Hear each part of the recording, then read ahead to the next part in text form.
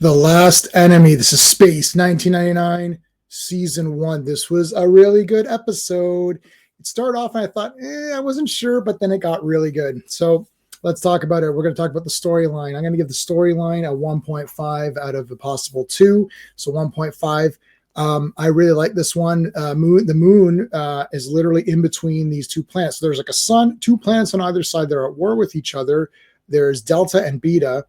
And they are now going to try to use Alpha as like a base to land weapons and guns there and then shoot the other planet.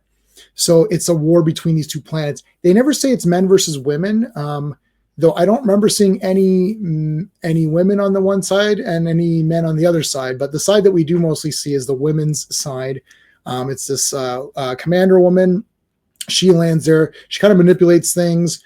She asks for sanctuary. Koenig gives it to her. Come to find out that she's just planting weapons there, trying to use this as a strategic point. Now, the moon base is not going to be in orbit that long, so they only have a certain amount of time. It's about 4 hours or so before the moon base is just completely out, and they can't use it anyways. So it's a whole thing. They're just trying to get a ceasefire.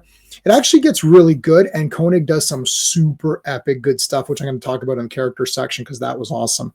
The pacing is a 1.5. It started out where you're like, well, you kind of think you know where it's going. It was a little bit like, okay, I know where this is going. But then it kind of took a turn once you start to see that Koenig is playing a game himself, and he's also trying to do a little bit of a screw job to the ladies because he's caught on that they're just trying to use them. Pretty cool.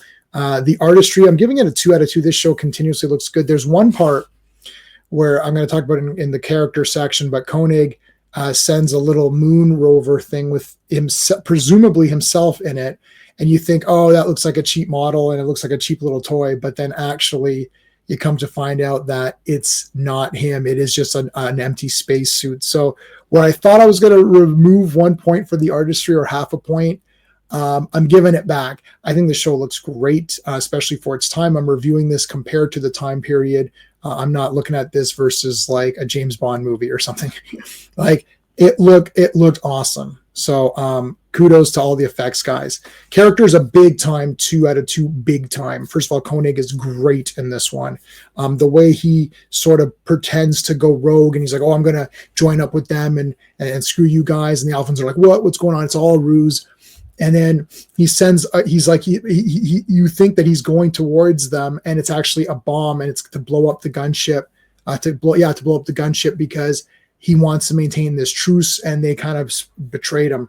Man, damn, that was awesome. I was completely shocked at how awesome that was. Good move, buddy. That was a sick move. Yeah, this was a great episode, man. I'm going to give the enjoyment a 2 out of 2 as well. I really liked this one. The female character who is sort of the antagonist, she was pretty cool, actually. The way she tried to manipulate things, she was awesome. Like, I don't know, this one really came together. It feels like it's been done a million times. Like they come into between a war. It's been done on Star Trek a million times. It's been done all the time. But I kind of like the way they did this. I like the way Koenig did his little trick at the end. So I'm giving this one a 9 out of 10 for this one. I thought it was really cool. Please check out the other Space 1999 reviews, plus the classic TV show playlist, which has a lot of great stuff on it as well. And there's also separate playlists for Batman 66 and, of course, Wonder Woman with Linda Carter. Great shows. Anyways, guys, thanks for watching. Until next time.